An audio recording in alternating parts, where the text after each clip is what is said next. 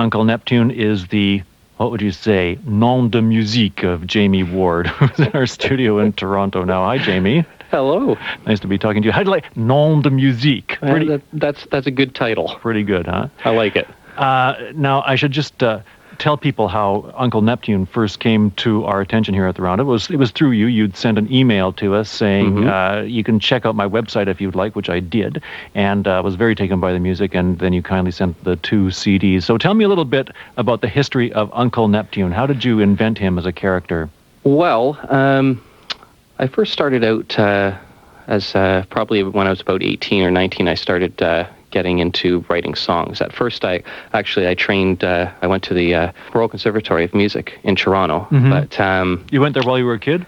Well, no, I think I was between 16 and 17. I wasn't there that long. I just studied harmony and took some classes, but I couldn't really afford to stay there. So that's how songwriting came in. Instead of learning to, at first I wanted to learn to compose classical music. Yeah. And then it switched to songwriting. And I started writing very bad pop music. And so I did that for a bit, brief stint doing that stuff, until I realized that there was no future in it. And then a contest came up, a songwriting contest, and one of the entries, or one of the genres, because there was many genres that you can enter, was children's music. And I thought, well, you know what, there's probably going to be a zillion people trying to submit pop songs, and probably not so much children's music. So I tried my hand at a few children's songs, found that I enjoyed it, but Uncle Neptune sort of came out in a project that I was recording a bunch of different types of songs with different types of voices. And Uncle Neptune, it just stuck. It felt right. So when you're singing as Uncle Neptune, the voice we just heard, you're singing in character. That's right. Well, there's a couple of things that strike me about it. one is that there's a deliberate and charming old-fashioned quality to it. We're hearing a kind of I don't know. Well, it's got that sort of Tiny Tim sound about it, right? A high falsetto voice. Yeah. Well, I'm the type of stuff that I'm influenced by. I mean, Eric Idle. Like, I'm influenced by some of the songs that he wrote during the Monty Python days. And there was a composers Sherman and Sherman that wrote for Disney, and they wrote for Mary Poppins. Oh yeah. So you can see Dick Van Dyke with that Cockney English voice in Mary Poppins. There's a lot of influences that got me writing in that type of style and with that voice. There's a kind of yellow submarine quality about it as well. Well, I'm glad you say that, because I'm a massive Beatles fan. Oh yeah, massive. How old are you now? 26. 26. Yeah. Why is it that so many people who are your age, I mean, okay, we know they're great songwriters, but so many people in your generation are huge Beatle fans? Have you always been that way? Was it through your parents? I've always been that way ever since, when I was 5, I was telling people I was John Lennon, according to my mom. You should try that now. Just see how they react. And, I had an emotional reaction when John died, even though I was really young. I knew it was happening. But I've always had a connection with their music and songwriters. Like, I'm a horrible musician, truth be told. I can't play an instrument to save my life. I can, a few chords on the guitar at best. Who's playing the piano with you? Paul Benton. Okay. And I met him when I moved out to Hamilton. I was looking for somebody that I could take the songs to, and then he would, hash them out and arrange them, whatever instruments we were going to use, and just make lead sheets for the session musicians that would come in and play. The only thing I'm really good at is kazoo. Well, I'm a virtuoso, kazoo virtuoso. It's its own particular talent, and not to be demeaned. Yeah, that's right. Somebody's got to be good at it. It might as well be you. And it's going to be me. So I've sort of really stuck with just the creating music. That's my passion, is just writing. It interests me to hear you describe this work. And you described that first song that you wrote, or rather that you entered the contest with as children's music. And I certainly see how this music would appeal to children, about how the dreadful necessity of marketing, it could be marketed to children, but it doesn't really strike me, first and foremost, as children's music. Well, that's the funny thing, is that when I first started out, I knew that to find an audience that would listen to this type of music, I thought it would be near impossible of adults. So the kids seem to take to it because of the bounce and the voice, and it's funny, and the words sunshine and stuff like that. So it was like I get great reaction from my wife works in a nursery, and she would play it at the nursery, and she said kids go crazy for it. But that's not what I set out to do with Uncle Neptune. It's sort of changed into like this children's music for adults, and most of the people that listen to it are adults. I would have to say only about 20% of the people that have the CD is for their children. So I just find that adults take to it a lot more. Yeah, well, what adults are going to find in this music is A, the quality of irony, and B, that sort of deliberate nostalgia, and also there's a kind of endearing optimism, and in some cases philosophical inquiry about these songs as well. Yeah, definitely. Well, Uncle Neptune, the songs are very happy, they're very positive. Everyone that listens to it, they say, you are so happy, it's so happy to listen to it. But there is a tinge of sadness in Uncle Neptune's songs. I mean, he's not without feeling sadness or pain. But it's just the way that he talks about these things and sings about these things that he's able to turn it into something optimistic, something happy. Let's hear one of those slower kind of philosophical songs. This is from the second Uncle Neptune CD. Every time I say Uncle Neptune, I have to stop myself because my automatic thing is to say Captain Neptune for some reason. It's marketing. Somebody else that I deal with, they email me under the name Captain Neptune too. I don't know why. Anyway, from the second Uncle Neptune CD, which is Music for a Rainy Day, this song is called Why. Now, do you want to say anything about this before we hear it? Why? Well, why? It's because... Because I asked you? I wrote this song actually for my wife. Her name is? Jean. My wife, Jean. And actually a lot of songs that I've written are inspired by her. Uncle Neptune, who is Jamie Ward, is in our studio in Toronto. Hamilton is where he makes his home.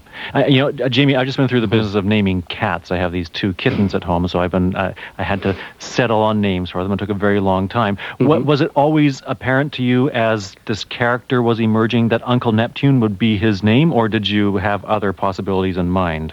Well, when I was first doing the children's stuff, when we were doing a bunch of different recordings of songs I had written, my friend Jeff that I was working with at the time on the project, we had decided Uncle as a name, and then it sort of went to, I think, Uncle Neptune's and his Kiwi band or something like that.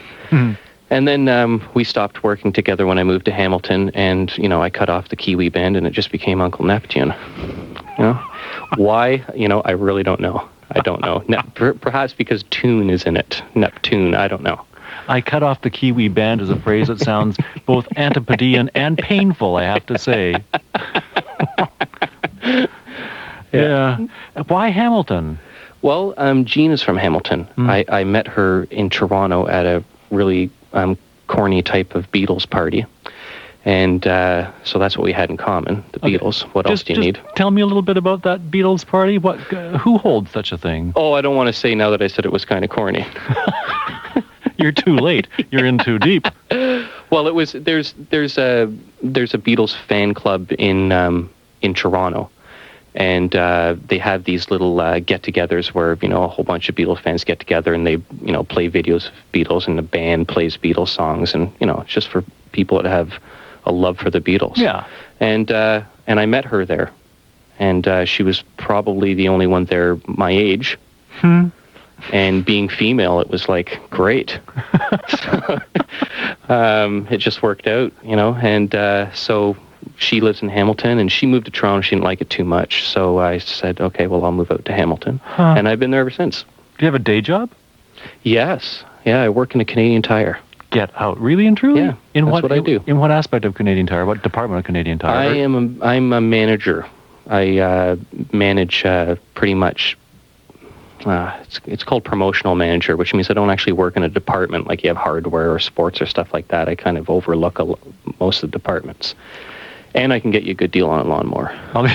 You know what? I'm actually in the market for a lawnmower. Maybe I'll be just coming out to Hamilton. Yeah. But nobody there knows who I am. Nobody knows about Uncle Neptune. Really and truly? Well, it's kind of hard to be a manager and give people direction when you're, sing in this funny voice and write songs like that. Well, I suppose they would take me too seriously. And it does mean you have the glamour of having a secret. That's true. That's true. Is it your aspiration to be able to, one day leave the Canadian Tire behind and do Uncle Neptune full time? Are you kidding? Of course. I can't wait. Yeah, that's all I've been working towards. I mean, I have a million ideas. It's just a matter of catching the right person's ear. I have to say, you're sufficiently enigmatic that when you said, "Are you kidding?" I didn't know what direction that was going to go. I love Canadian Tire. I want to work there until I'm 90. No, definitely. Of course, my dream is to work full time on Uncle Neptune. But you talk about Uncle Neptune as a character. He's a character you created, and you've made the voice. You sing. You created a voice for him. This lilting kind of slightly goofy falsetto voice. I mean, you know exactly what you've done. Do you think that is Uncle Neptune going to be limiting in some way? No, because you mean just as far as how far I could take the project? Yeah, I mean, is Uncle Neptune a joke with a shelf life? No, I'd like a novelty or something. No, because the project that I am working on, I don't know if you had a chance to actually read the storyline on the site that I add to monthly. There is a story, and there are other characters. So it wouldn't just be Uncle Neptune. He would be the main character, but I would be able to write for other characters too, not performed by me. Right. But be sort of like a musical. Oh my God! I mean, this is like the beginning of an empire. Are you going to go public? I'm going to try. Sell stock. That's what I mean. No. It's just like I said. I mean, it's been very difficult just to get somebody to listen. I mean, this is the first thing I've ever done where more than 3 people have been listening to me.